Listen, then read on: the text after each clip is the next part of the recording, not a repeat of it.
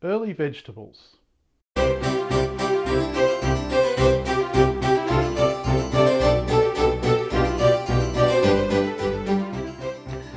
Welcome to the sixth and final episode of Season 1 of Agricola Card of the Week, where I hope to pique your interest in some of the more unusual cards and combos, rekindle your interest in the game, and point out some strategies and pitfalls for the next time you play. I love getting vegetables early in the game. Probably helps that I quite like the colour orange, but I do find that I tend to do a lot better when I can get vegetables on the go early. Today we're looking at a little bit over 20 cards, so we're going to run through them quite quickly. I'm going to go through the ones that I've actually used, and then some of the other ones in some of the various decks in a little bit less detail. The collector, which we covered in episode 1, essentially allows you to get take a begging card and also take goods. Obviously could use that to get vegetables early. See episode 1 for more information on that. The Overwinterer from the Netherlands deck is an occupation where you can essentially buy vegetables each harvest. So every time you do a harvest for 2 food, you can buy a vegetable. You could get a vegetable as early as before round 5. The vegetable garden is basically an additional field. There are quite a lot of cards that provide an additional field that you can sow on, except this one actually comes with 2 vegetables on it. You have to have 3 occupations, so you'd have to be pretty dedicated to get that out early, but basically an extra space for sowing vegetables with 2 vegetables already on it when you play it, that's a good card. The large greenhouse is a minor improvement from the Netherlands deck. Costs 2 wood and you do have to have 2 occupations, and basically you are then putting a vegetable 5, 7 and 9 rounds from the current round. Now, to get vegetables early with this one is going to take some doing. Really the earliest you're going to be able to get vegetables is probably the 6th round in a 3-player game where you can pay 2 occupations, and then you could pay this on the 2nd round. You could get vegetables in the 6th round actually. So early, maybe not quite so early. Still not a bad card, and I have actually played this in a game, so a good way to get vegetables anyway in the game. The weekly market and the market stall from the base game, the market stalls from the easy deck, the weekly markets from the interactive deck. Basically this one you trade 3 grain for a vegetable. The market stall you trade 1 grain for 1 vegetable. That's probably better, I think. But basically an easy card to get vegetables early. It is a travelling around card, so it benefits other players possibly, but probably the easiest way I think to get a vegetable early, you could actually get a vegetable on the first turn by getting a grain and then doing the start player minor improvement space and getting it straight away if you're that eager to get vegetables early. The grocer. The grocer is an occupation from the easy deck. We did cover this in episode 3. You need to be able to buy the resources on top before you get the vegetables, but in theory you could probably get vegetables on your 2nd turn if you play this card and get enough food to be able to buy the things on top. A good handy card, and an easy way to get vegetables really pretty early in the game. The Seasonal Worker, an occupation from the easy deck, probably my favourite card. Each time you use the day labour action space, in addition to the 2 food you would normally get, you would take a grain, but from round 6 onwards you can take a vegetable or a grain. So round 6 is not super early for vegetables, but given the versatility of this card, the option of taking grain or vegetables, and the fact that you can get vegetables 2 or 3 rounds earlier than you otherwise would, makes it one of my favourites, or my favourite.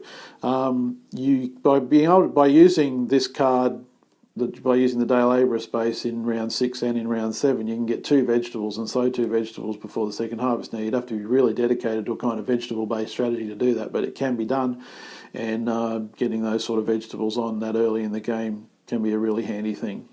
The Discoverer is an occupation from the Netherlands deck. It's quite an involved card and probably deserves an episode of all its own, but essentially you can put one of your workers further ahead on the board, and when you get to that round you take it back with a vegetable and a few other things.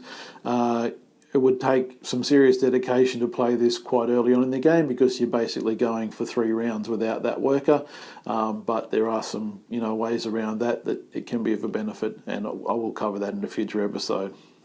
And finally, the last of the cards of these that I've actually played is the Canal Boatman, which is an occupation from the Netherlands deck. Basically, this card is an extra action space. You have to use the fishing or the take one read space first, earlier in that same turn. You can then put one of your workers on this card as an action. Costs your food to use it, but you can take either 3 stone or a grain and a vegetable. Okay, that's a lot to take in. Basically, it's an action space. There's some prerequisites. You can take vegetable and a grain or 3 stone. I like this card because of the versatility of getting stone or vegetables early. And again, you could play this pretty well in the first turn, and you could use it, not that same turn probably, but on the next turn you could do a fishing and do that. You could get vegetables on your second turn, ready to sow on your third. And then later on in the game, when you're wanting stone, a good versatile card and a good way to get vegetables early.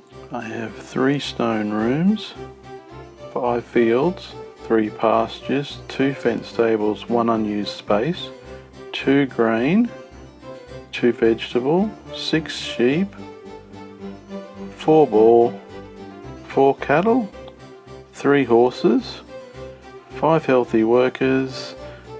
Points for cards 1, 2, 3, 4, 5, 6, 7, 8, 9, 10, and 3 bonus points for the pottery and 2 for the Chamber of Commerce. That's 52 points. Thank you for sticking with us for this bumper episode of Agricola Card of the Week. So the cards that we've just been through are cards that I have actually used in a game myself. The rest of the cards we're going to run through fairly quickly are ones that I haven't actually used myself, but they're also things of getting vegetables early. The household inventory is from the F deck, which is sort of the more complicated cards of the Farmers of the Moor deck. We actually just shuffled all our Farmers of the Moor cards in together. There is an E deck and an F deck for Farmers of the Moor, and I will cover Farmers of the Moor in a separate episode, but basically this card lets you get goods based on how many empty spaces you've got, and if you've got pretty well an empty farm when you play this card, you get a vegetable amongst a whole bunch of other stuff, so not a bad card. The Farmer's Market is a minor improvement from the Gamer's deck, and it's one of those ones that travels around between the players. You're basically paying 2 food for a vegetable, and you could do that on your first turn. So I've never had that come up, but that's a handy little card. The Grain Market is a minor improvement from the Gamer's deck. Whenever you harvest a grain, basically you can trade a grain for a vegetable. Again, you've got to have 3 grain fields, so you'd have to be pretty dedicated to get that out early, but it's a way of sort of generating vegetables from grain. So if you can harvest, you can get your grain production on early, you can turn that into vegetable production essentially.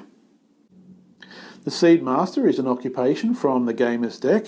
You can trade a grain and a food for a vegetable at any time. So you could play this on your first turn and also take a grain on your first turn, assuming you can do both of those things, and trade that with a food that you've already got from the start of the game for a vegetable. You could actually have a vegetable at the end of your first turn. The final card from the Gamer's deck is an occupation, the Carrot Farmer. You put 3 vegetables on this card, and every time you use the Plough 1 field action space, you can buy one of those vegetables for 1 food. You could, if you're fortunate enough, plough fields multiple times and get those vegetables, then sow them before the first harvest. It would be a great way to get some early vegetables going on, and quite a lot of early vegetables going on. Moving on to the Netherlands deck, we have the East India Company. I have had this come up in a draft of cards, but I've never actually taken into my deck.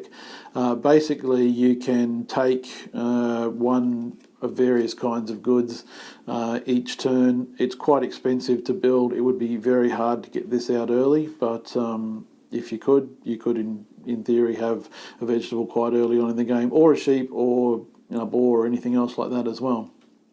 Another minor improvement from the Netherlands deck is the poppy field. This is a bit of an odd one. You get a grain and a vegetable straight away. You have to have at least 1 empty space on your farmyard, and then the player to your left then marks that farmyard space, and you can only use that space once you've used every other space. So it's a little bit strange. I guess it's sort of a bit thematic. Basically, you get a grain and a vegetable provided you're willing to put up with somebody possibly preventing you from using one of your spaces until you've used up every other space. I guess you probably would want to maybe do something to organise your farm before using that card, but you know, again, you could get vegetables on the very first turn. The final card from the Netherlands deck we're looking at is an occupation. It's the matchmaker. It's a bit like a dowry. You essentially, what you're doing is you're removing one of your workers from the game permanently in exchange for a bunch of resource, including vegetables, and 2 bonus points. So you're keeping some of those points you would have had for that person and getting a whole bunch of resources. Obviously, that's a bit problematic if you are, you know, you're only down to 1 worker, but if you're careful about when you play it, even with a 2-room house, you could use your 1 worker to build your family back up to 2. So if you're careful how you play it, you get a sheep, a boar, a grain, a vegetable, wood, 1 resource of your other building resource of your choice. Played carefully, you're going to well make up for the fact that you've lost that worker, but you need to make sure you're going to build up your family again pretty well straight away. We've got 4 cards to go and moving along to the Belgium deck. The first of which we're looking at is a minor improvement. It's an office. It's relatively expensive to build, but it is worth a point. And then you can exchange clay for stone, grain for vegetables, or wire boar for a cattle. So essentially you're sort of upgrading your resources there. An interesting card, expensive to play.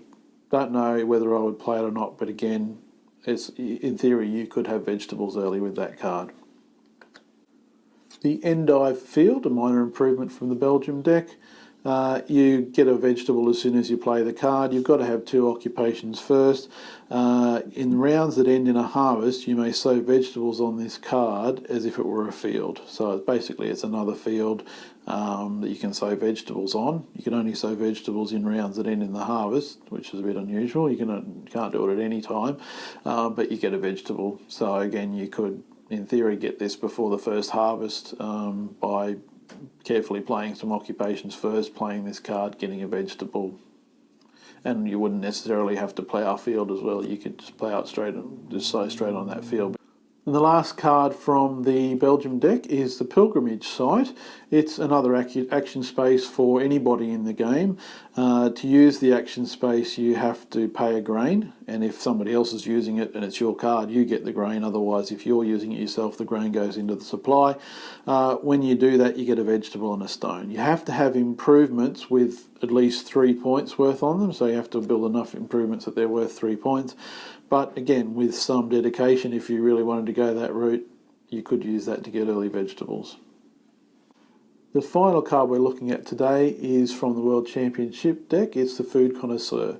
It's a bit like the Grocer in that you put a little pile of resources on it. The vegetable is the 5th one down, and you can take the top resource off that pile by using either the day labourer, fishing, or travelling players action space. In theory, you could play this card and then go day labourer fishing, and you could actually get that vegetable on your 3rd turn, but you would have to be pretty lucky to be able to do that, and you'd have to be working pretty hard, I think. But it is still a card where you should be able to get vegetables by the 2nd harvest if you were really wanting to play that strategy. So thank you for watching this last bumper episode of Agricola Card of the Week. We'll be taking a month or so off to film the next series. Please like or comment below and subscribe to the channel. Thank you.